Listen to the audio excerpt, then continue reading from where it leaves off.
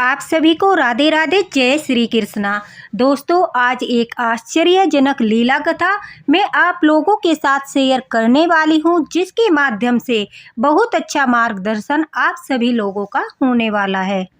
देखिए, कुछ लोग जो है संकोच के कारण अपनी बातों को शेयर नहीं कर पाते। उनके मन में काफ़ी सारी चीज़ें चलती है, क्या यह सही है, क्या यह गलत है, लेकिन बहुत सारी दुविधा के कारण वो अपने मन की बात किसी के साथ शेयर नहीं करते और असमंजस में फंस जाते हैं। तो शायद आज ठाकुर जी अपने भक्तों का यही मार्गदर्शन करना चाहते हैं, जिसके कारण से एक विचित्र लीला कथा भावना जी ने यूपी से हमारे साथ शेयर की है। और सचमुच यह लीला कथा सुनने के पश्चात आपकी आंखों से आंसू नहीं रुकेंगे। तो लीला कथा को अंत तक अवश्य ही सुनना। अगर पसंद आए तो दोस्तों लाइक अवश्य ही करना, ज़्यादा से ज़्यादा शेयर करना, ताकि जो भी लड्डू गोपाल भक्त है जिनके साथ भी यह घटना घटती है, उन सब का मार्गदर्शन हो सके और वो अपनी भक्ति को और आगे बढ़ा सके।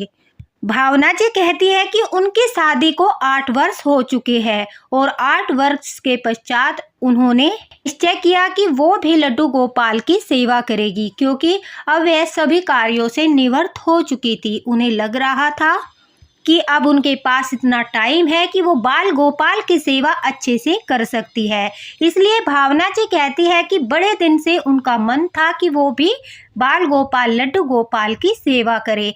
अब शादी के 8 साल बाद वो लड्डू गोपाल जी को अपने घर लेकर आती है, प्रेम पूर्वक विराजित करती है और उनकी सेवा करना शुरू कर देती है। भावना जी कहती है कि हमारे आस पड़ोस में, हमारी रिश्तेदारी में काफ़ी लोग ऐसे हैं जो लड्डू गोपाल की सेवा करते हैं। लड्डू गोपाल की भरपूर कृपा उनके ऊपर हो रही है। लड्डू गोपाल अपनी लीलाएं भी दिखाते हैं और अनुभव भी कराते हैं।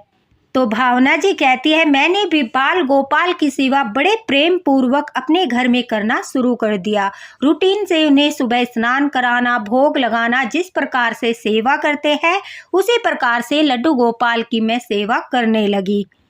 और सेवा करते करते पूरा 1 महीना बीत गया। अब भावना जी कहती है, जैसे जैसे लड्डू गोपाल की सेवा बढ़ती गई और मेरा सेवा का जो नियम था वो भी अच्छे से चल रहा था, रूटीन वाइज चल रहा था, कोई दिक्कत नहीं आ रही थी और बड़े प्रेम पूर्वक मैं लड्डू गोपाल की सेवा कर रही थी। लेकिन अचानक से मेरे जीवन में ऐसी घटना घटी जिसने मेरे जीवन को ही झकझोर के रख दिया। मतलब कि बहुत ज़्यादा असमंजस में पड़ गई और जिसके कारण उनसे बहुत बड़ी भूल हो गई और उनके साथ यह घटना घटी। भावना जी कहती है कि जब लड्डू गोपाल की सेवा करते करते मुझे कुछ समय हो गया, उसके पश्चात जब भी मैं लड्डू गोपाल की सेवा करती थी, यानी पूजा में बैठती थी, उन्हें स्नान कराने के बाद जाप करती थी या फिर उनकी आरती करती थी, पूजा करती थी, तो मेरे साथ क्या होने लगा। भावना जी कहती है कि गलत गलत विचार मन में आते थे।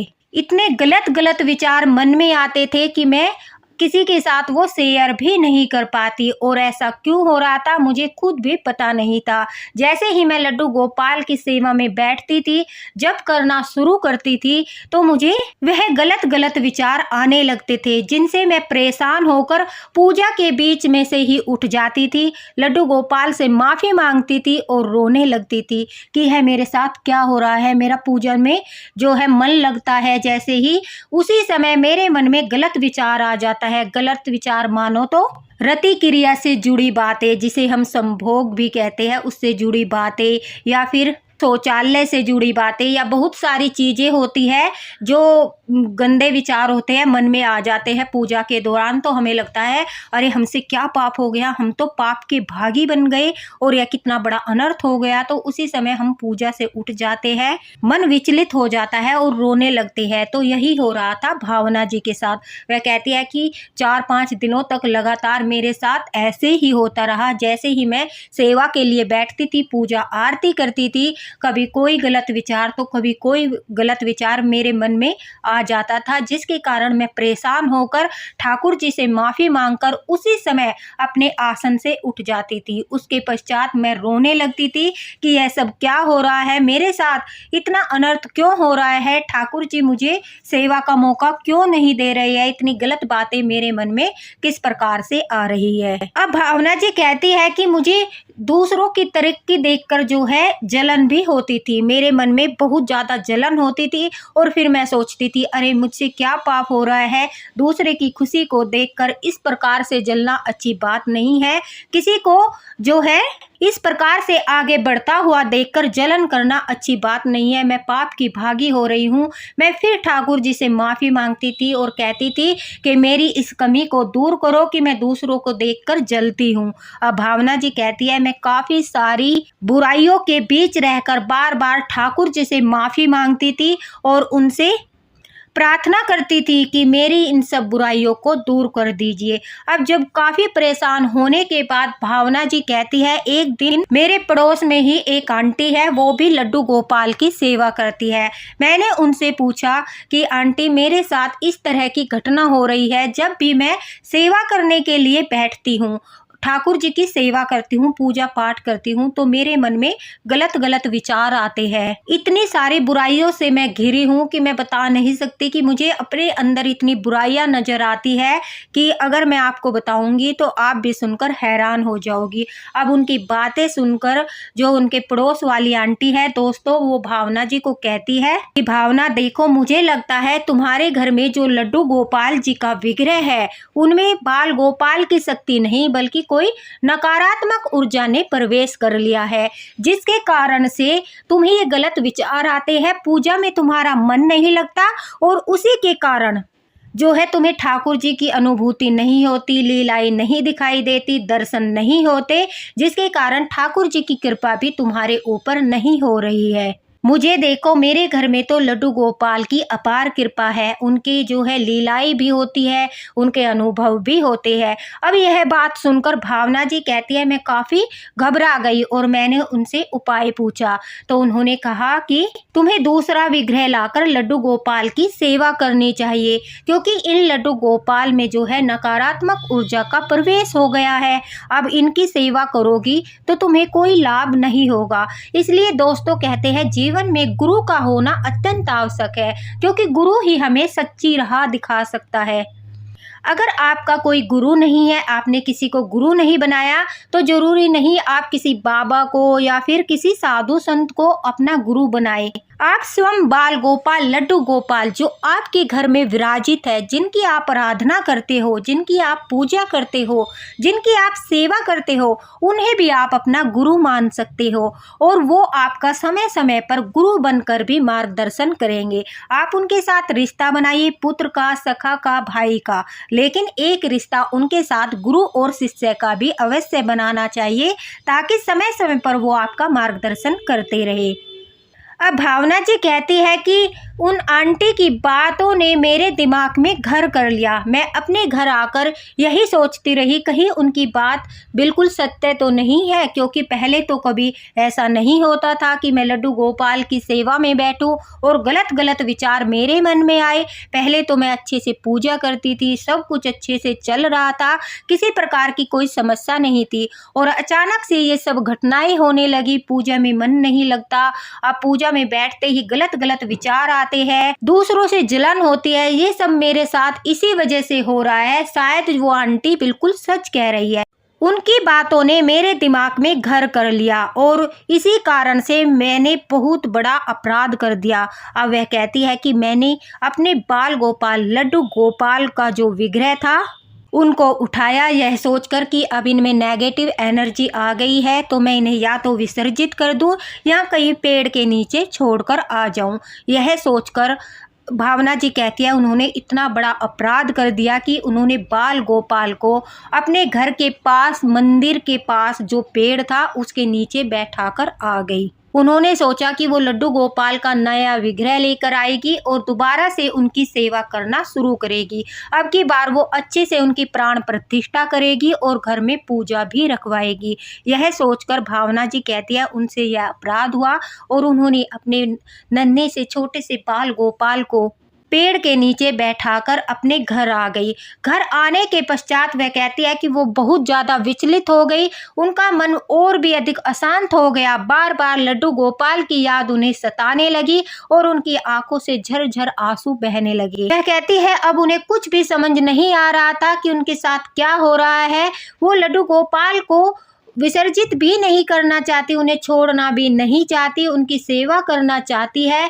लेकिन अब जो उनकी पड़ोस वाली आंटी ने उनके दिमाग में बात बैठा दी थी कि नेगेटिव एनर्जी का वास हो गया है, इस वजह से वो लड्डू गोपाल को वापस भी नहीं ला रही थी। उन्हें लग रहा था कि सचमुच उनके लड्डू गोपाल में नकारात्मक ऊर्जा का वास हो गया है। देखिए दोस्तों, ठाकुर जी का जो विग्रह होता है उसमें कभी भी नेगेटिव एनर्जी का वास नहीं हो सकता। हाँ, उनके इर्द गिर्द नेगेटिव ऊर्जा बढ़ सकती है जब हम कोई भूल करते हैं या कोई हमसे अपराध हो जाता है या हम शुद्धता और स्वच्छता का ध्यान नहीं रखते। लेकिन ठाकुर जी के विग्रह में नेगेटिव ऊर्जा वास नहीं कर सकती। ठाकुर जी अपने विग्रह को छोड़कर जा सकते हैं, उनकी शक्ति जा सकती है, लेकिन उसके पश्चात भी उसमें नेगेटिव एनर्जी का वास नहीं हो सकता, क्योंकि वो हमारे परम पूज्य हमारे आराध्य जी का विग्रह है और वो बहुत ही शक्तिशाली होता है। इतनी आसानी से उसमें नेगेटिव एनर्जियां वास नहीं करती। अब भावना जी कहती है कि उसी रात जिस दिन वो लड्डू गोपाल को मंदिर के बाहर पेड़ के नीचे बैठा कर आई,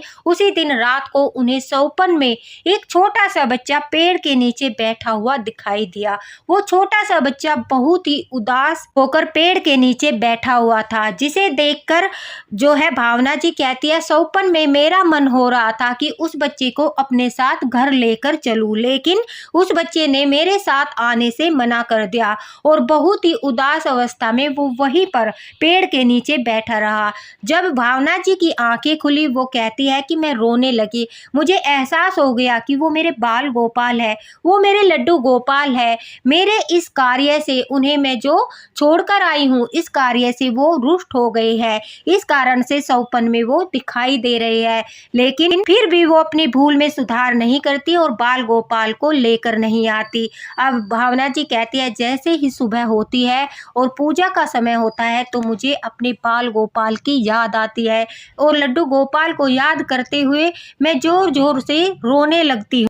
रोते हुए ठाकुर जी से प्रार्थना करती हूँ और उनकी याद में तड़पने लगती हूँ और कहती हूँ हे ठाकुर जी, कृपा कीजिए, आप ही मेरा मार्गदर्शन कर सकते हो, आप ही मुझे रास्ता दिखा सकते हो। आपके सिवाय कोई भी मेरा मार्गदर्शन नहीं कर सकता। मुझे नहीं समझ आ रहा है कि मुझे क्या करना चाहिए और क्या नहीं करना चाहिए, मुझ पर कृपा कीजिए। इस तरह से कहते हुए भावना जी कहती है मैं जोर जोर से रोने लगी।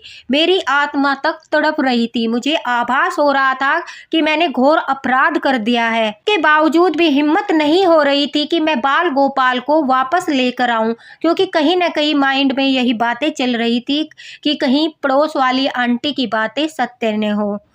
अब पूरा दिन परेशान होने के बाद भावना जी कहती है कि मेरी सहेली के घर में कीर्तन था और जब मैं वहां उनके पास कीर्तन में गई, सोचा कि मेरा थोड़ा मन शांत हो जाएगा और शायद ठाकुर जी कोई रास्ता दिखाएंगे, वहां पर जाकर कुछ मुझे पता चलेगा, कुछ मार्गदर्शन होगा। इसी उद्देश्य से वह भावना जी कहती है मैं अपनी सखी के घर कीर्तन में गई।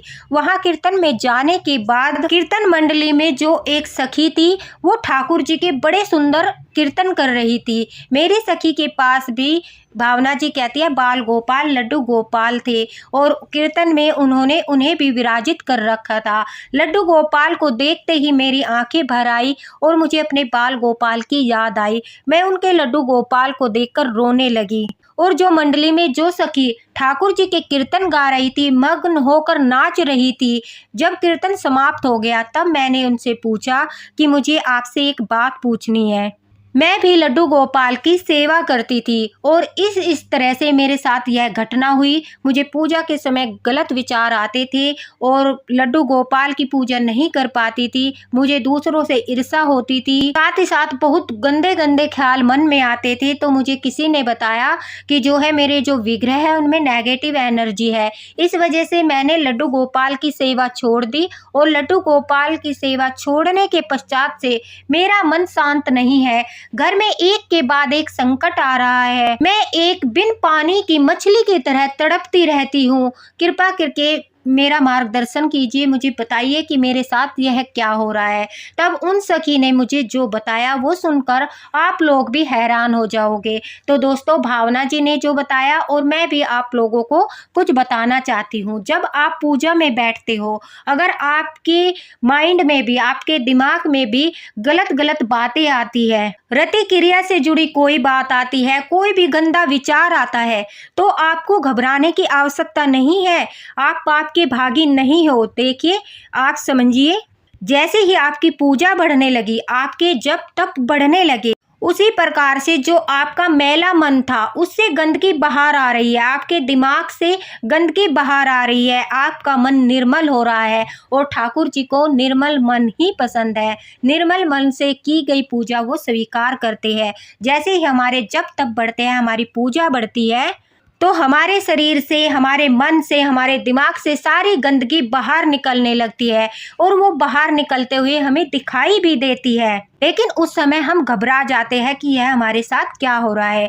समझिए, जैसे कि हम घर में जैसे घूमते हैं तो हमें कहीं पर कूड़ा दिखाई नहीं देगा, लेकिन जैसे ही हम झाड़ू लगाना शुरू करते हैं कूड़ा इकट्ठा होने लगता है, हमें दिखाई देने लगता है। उसके बाद जब हम पोछा लगाते हैं तो हमारा घर और भी ज़्यादा शुद्ध और स्वच्छ हो जाता है, एकदम से चमक उठता है। उसी प्रकार से जब हमारे जप और तप बढ़ने लगते हैं, हमारे मन के अंदर जितने भी गंदगी है, जितने भी गंदे विचार है, वो सब बाहर आने लगते हैं, उन पर झाड़ू लगने लगती है। एक समय ऐसा आता है, पूजा करते करते आंसू निकलने लगते हैं, तो समझिए अब उन गंदगी पर पोछा लग रहा है। अब और भी चमकने का टाइम आ चुका है, हमारी भक्ति बढ़ने का समय आ चुका है। तो उस समय आपको घबराना नहीं चाहिए कि यह गलत हो रहा है, गंदे विचार मन में आ रहे हैं, पूजा भंग हो रही है, बल्कि प्रसन्न होना चाहिए कि आपके मन के जो गंदे विचार है वो सब बाहर आ रहे हैं। जैसे जैसे ठाकुर जी का तप बढ़ रहा है, भक्ति बढ़ रही है, आपके मन के अंदर झाड़ू लग रही है, जितने भी गंदे विचार है वो सब बाहर निकल रहे हैं और आप उन्हें बाहर निकलता हुआ देख रहे हैं। चुप हो जाइए, किसी को मत कहिए कि आपके साथ क्या हो रहा है। बस अपने तप को बढ़ाइए, भक्ति को बढ़ाइए। ध्यान लगाने के लिए आप अपने मन को एकाग्र करने की कोशिश कीजिए। देखना, धीरे धीरे 10-5 दिनों में आप अपने ऊपर नियंत्रण कर लोगे। आप इतना काबू पा लोगे कि आपके मन में यह विचार आना बंद हो जाएगा। आपके मन की जो सारी गंदगी है वो बाहर निकल जाएगी और आप इतने सक्षम हो जाओगे कि आप अच्छे से ध्यान लगाकर पूजा और तप और जाप कर पाओगे। तो घबराने की आवश्यकता नहीं है अगर आपके साथ भी ऐसा होता है। साथ ही साथ अगर आपको किसी से जलन होती है, आपको किसी को देखकर ईर्ष्या हो रही है, किसी को देखकर क्रोध आ रहा है, किसी को देखकर हंसी आ रही है, लेकिन उसके तुरंत बाद आपको एहसास हो रहा है कि नहीं, यह गलत है, हमें ऐसा नहीं करना चाहिए, तो यह ठाकुर जी की कृपा है कि आपको पश्चाताप हो रहा है, तुरंत से आभास हो रहा है कि यह गलत है, यानी आप उस पर काबू पाने की कोशिश कर रहे हो। और धीरे धीरे देखना, जब आपकी भक्ति बढ़ेगी, जाप बढ़ेंगे, तप बढ़ेगा, सेवाएं बढ़ेगी, आपके मन से ये ईर्ष्या, द्वेष और क्रोध ये सब दूर हो जाएगा। आप अपने अंदर एक बदलाव पाओगे, आपको नजर आने लगेगा कि हाँ, आपके अंदर बदलाव हो रहा है। तो आपको घबराना नहीं चाहिए, ये ठाकुर जी की कृपा हो रही है। जब भावना जी को यह सब बातें पता चली, उनका मार्गदर्शन हुआ, तो दोस्तों उन्हें अपने किए पर बहुत पछतावा हुआ। वो सीधे जो है वहाँ भजन कीर्तन से उठकर दौड़कर मंदिर में गई और वहाँ जाकर जब उन्होंने देखा तो वहाँ ठाकुर जी उन्हें नहीं मिले। उनके लड्डू गोपाल को कोई वहाँ से ले जा चुका था।